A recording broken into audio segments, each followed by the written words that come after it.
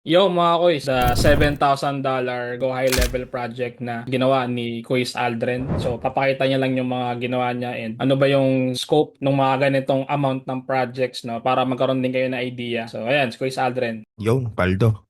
Hello mga koy. So yun, ipapakita natin yung $7 project na 7K. 7,000. 7,000. So ito ay client from Canada. Ang business nila is nagbebenta sila ng mga home improvement, mga home supplies, safety Tip. supplies, mga fire extinguisher, something like that. And then kailangan nila ng system to nurture yung clients nila, magkaroon sila ng order form, invoicing, SMS campaign. Ang mga ginawa natin dito sa client na to is nag-create tayo ng funnels, create tayo ng mga custom automations, nag-create tayo ng automated invoice and then automated contracts, and also nag-create tayo dito ng mga order forms na automated na rin ang mga total amount. And then nag-create din tayo ng email and SMS campaign. Also we did the A2P registration. So nakapag-approve tayo ng number for A2P. We also created the pipelines for them and then iba't ibang calendar, appointment automation. So basically, GHL setup na siya. Yung ginawa natin sa client na to. So yun, ipapakita natin isa-isa yung mga ginawa natin. Now, let's start muna tayo sa account nila. So yun, nag-setup tayo ng sub-account nila and then nag-setup tayo ng email domains nila for them to use for email campaign. So nag-connect tayo ng email services and ano naman siya lahat, verified naman siya. So safe siya gamitin. And then also ano rin tayo ng phone number para register din tayo for A2P para magamit nila since gusto nila gamitin to for SMS follow-up. So meron tayong phone number na pa-verify natin yung A2P sa Canada. So this is Canada-based phone number. And then aside from that, we have created multiple automations. Hindi natin mapakita lahat pero yung mga glimpse lang. Meron tayong order form workflows. Sa order form kasi nila, meron silang affiliate system or referral system. So maraming taong involved. So ang ginawa natin is nag-create tayo ng mga workflow for each of them para ma-identify natin kung sino yung affiliate, sino yung referral, sino yung customer, and then kung sino yung mga nasa taas nila kasi parang networking din siya style. So meron siyang mga tao sa taas, meron siyang mga tao niya sa baba. So ganun siya, connect sila. And then each workflow is specifically created for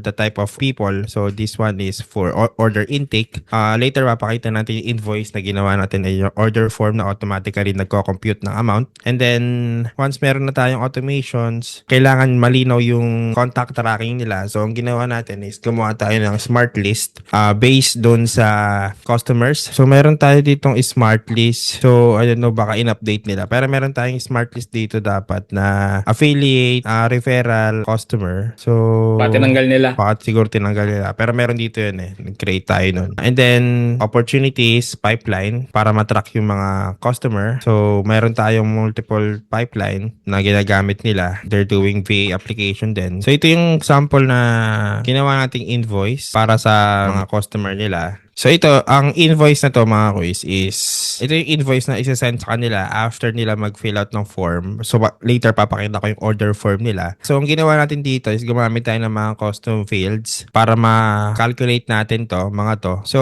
ito yung mga custom field, automatically na siyang nag-fill dyan once kung ano yung i-submit nila dun sa order form. And then yan yung invoice. And then next naman natin papakita is yung ginawa natin na order form. So itong order form na to, hindi lang siya basta order form. Nag-auto-calculate na siya accordingly based dun sa may kung anong ilalagay nila. For example, maglalagay tayo ng mga amount dyan. Kusa na siyang, nakita nyo mga guys, kusa siya nag-auto-compute and then nag-auto-compute na rin kung magkano yung mga total nilang babayaran, total nilang tax. Kasi ang taxes is nakadepende sa Canada kasi nakadepende siya sa state kung nasa province. So let's say nasa Alberta ako, kanina yung tax walang laman, ngayon nagkaroon na siya ng taxes. So if babaguhin natin yan, gagawin nating Ontario, so nag-iba na rin yung tax, no? Tumaas siya. So auto-calculate siya based sa tax. Tapos nag-auto-compute siya based dun sa nilagay nilang amount or value rito. Kung ilang piraso yung bibili nilang heat sensors, mattress shakers, so yun. And then, aside from that, once isubmit nila to, automatic na magke-create ng invoice sa kanila. Then, yung invoice is nandito sa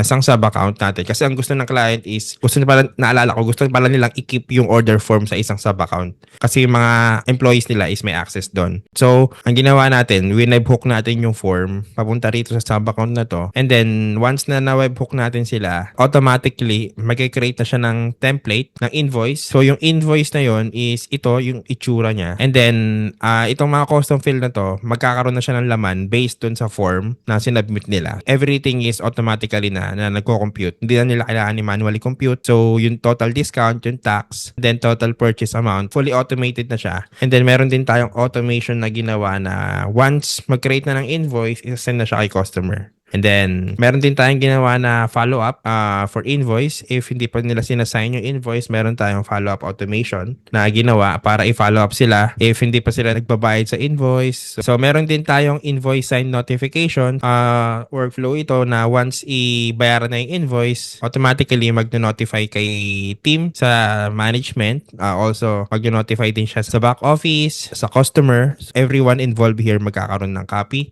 ng invoice in a PDF version. And then, aside from those automation, nag-create din tayo ng mga landing pages. So, we have created total of 5 landing pages for them. These landing pages are not vibe-coded, mga koy. So, manual natin siyang ginawa kay GHL. So, ito ay funnel kasi nag-run din sila ng mga campaign. So, gumawa tayo ng mga funnel natin sa kanila. So, this is a complete funnel na may form, may calendar page, and then may thank you page. And then, each funnel is connected sa automation. Meron tayong mga automation na connected dyan. Ito pa yung ibang funnel na ginawa natin. So, marami kasi silang target Meron silang mga target na mga business owners. Then, may mga target din sila ng mga consumers lang. So, that's why meron tayong iba't ibang funnel. So, ito yung mga funnel na ginawa natin. And then, ito pa, yung iba. So, yun. Meron tayo 5 na funnel. So, yun, inayos din natin yung system nila dito. So, every transaction na nangyayari sa sub-account nila, nakaka-receive sila ng notification internally. And then, gumawa rin pala tayo ng mga SMS automation sa mga campaign nila kasi may mga networking event sila. So, gumawa tayo ng mga SMS automation. So, ito, for example, gumawa tayo ng mga SMS bulk automation. Isa lang yan sa mga automations na ginawa natin. So, marami tayong ginawang automations dito.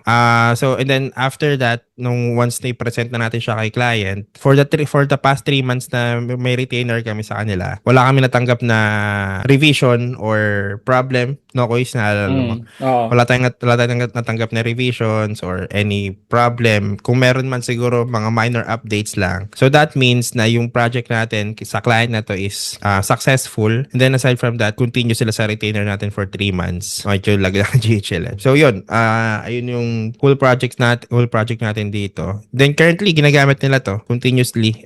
Ginagamit nila yung SMS campaign, mga referral campaign nila, mga affiliate campaign nila. So yun, currently ginagamit nila to kasi may mga active na naka-enroll.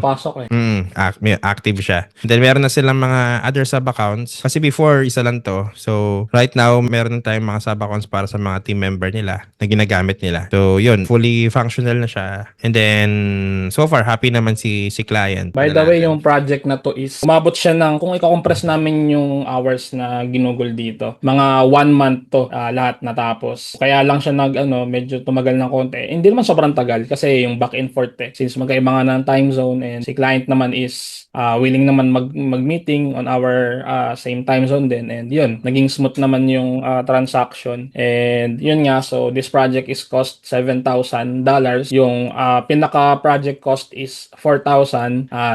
Tapos yung retainer is 1,000 every month, so for 3 months. And until now kasi wala na kaming balita dito sa client na to and so far okay naman. And sabi naman namin mag-chat na lang sila na kung may problem, titingnan namin kung ano yung magagawa natin, di ba? And by the way, mag-send kami ng completion report dito para at least fully documented lang, no? So medyo nakalimutan namin yung part na yun dito, but completion report is must for every projects done para in case na mabalikan kayo or babalikan kayo, meron kayong papakita na lahat gumagana, di ba?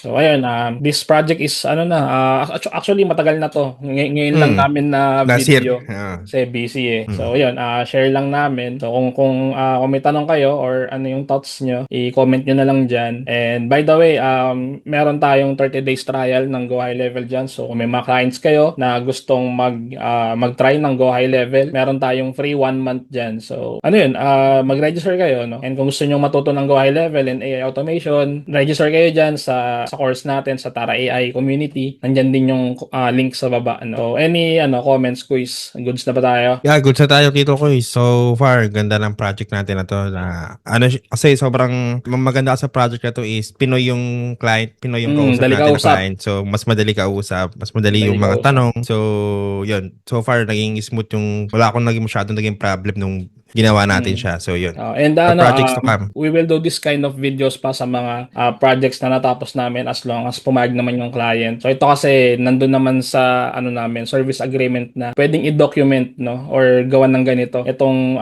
project na to. Pero syempre yung mga personal details diyan naka-blurred, ipapablurred natin sa editor natin kasi syempre baka maano tayo yung Tama. GDPR ganyan, something. So bawal Suwan. 'yon, mga quiz. So yun lang, share lang namin to. So kung may tanong kayo, comment na lang kayo. So that's it for this video. Thanks for watching, mga quiz. Like and subscribe na lang din. Yun, bye-bye. Bye-bye mga koys.